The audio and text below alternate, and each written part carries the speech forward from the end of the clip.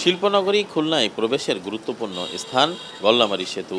নানা প্রয়োজনে প্রতিদিন বাগেরহাট, সাতক্ষীরা সহ আশেপাশের বিভিন্ন জেলা থেকে এই গল্লামারী সেতু হয়ে শহরে প্রবেশ করে হাজারো মানুষ। তবে এখন এই রাস্তা দিয়ে প্রবেশ করা মানে ভাবলেই মনে আসে যানজট আতঙ্ক। অপরিকল্পিত সেতু ভাঙা ও নতুন সেতু নির্মাণের পর থেকে দুর্ভোগ বহুগুণে বেড়েছে এই সড়কে চলাচলকারীদের। চলতি বছর নির্মাণ কাজ শেষ হওয়ার কথা থাকলেও এ পর্যন্ত কাজ হয়েছে মাত্র 19%।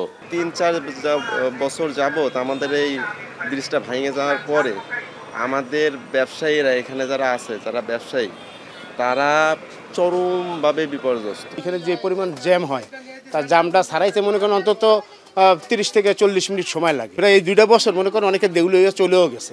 আগে যদি 10,000 টাকা বিক্রি করতে, এমন হয় না 1,000 টাকা বিক্রি। ঠিকাদারি প্রতিষ্ঠানের অভ্যন্তরীণ সমস্যায় গল্লামারী সেতুর কাজে এমন ধীরগতি বলে জানায় সড়ক ও জনপথ বিভাগ। এখানে ঠিকাদারের যে মালিকানা সেটা পরিবর্তন হয়েছিল। তাছাড়া আমাদের এই মালামালগুলো বিদেশ থেকে আনা লেগেছে। ফেব্রুয়ারি মাসের মধ্যে শেষ করার চিন্তা ভাবনা করেছি আমরা। একটা ব্রিজ সম্পন্ন হলে আমরা 4 লেনটা কমপ্লিট দেখতে পাবো, সো জ্যামটা অনেকটা কমে যাবে।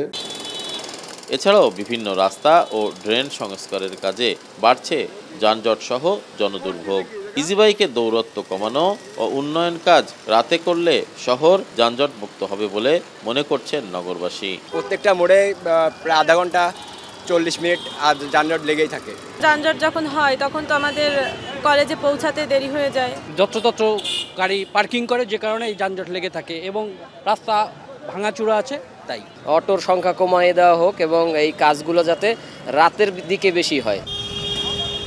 এদিকে ট্রাফিক ব্যবস্থার অচলাবস্থার কথা স্বীকার করে পুলিশ বলছে ইজিবাইক চালকদের প্রশিক্ষণ দিয়েও যানজট নিরসনে কোনো ফল পাওয়া যাচ্ছে না। খুলনা শহরে ইজিবাইকের সংখ্যা বৃদ্ধি পেয়েছে। প্রশিক্ষণে আমরা যে নিয়ম কানুনগুলো শিখেছি এরা সঠিকভাবে পালন করছে না। যদি নিয়ম কানুন মেনে রাস্তায় চলাচল করে তাহলে যানজট সৃষ্টি হবে না। 2 লেনের রাস্তায় একটা লেন বন্ধ থাকছে বিভিন্ন কাজের জন্য। 1 লেন দিয়ে 2 দিকে গাড়ি আসা যাওয়াতে যানজটের সৃষ্টি হচ্ছে। এদিকে সমস্যা সমাধানে পরিকল্পিত গণপরিবহন ব্যবস্থার পাশাপাশি সংশ্লিষ্ট কর্তৃপক্ষের কঠোর পদক্ষেপের প্রয়োজন বলে মনে করছেন বিশেষজ্ঞরা। এখন যে রাস্তাটুকু রয়েছে সেই রাস্তাটুকুর যে মান সেটা অত্যন্ত ঝুঁকিপূর্ণ। বিভিন্ন অবৈধ স্থাপনা গড়ে ওঠায়, বিশেষ করে বাজার, এই রাস্তা দিয়ে যে পরিমাণ যানবাহন চলাচল করতে পারত তার 1/5 যানবাহন এখন চলাচল করতে পারছে। আমরা আশা করি যে এই ব্রিজটি যখন আবার পুনর্নির্মাণ করা সম্ভব হবে এবং এই অবৈধ বাজার উচ্ছেদ করে রাস্তার প্রশস্ততাটাকে যদি ঠিকমতো ব্যবহার করা যায় তাহলে গল্লামারী ব্রিজের যানজট সমস্যা কিছুটা হলেও মিটবে।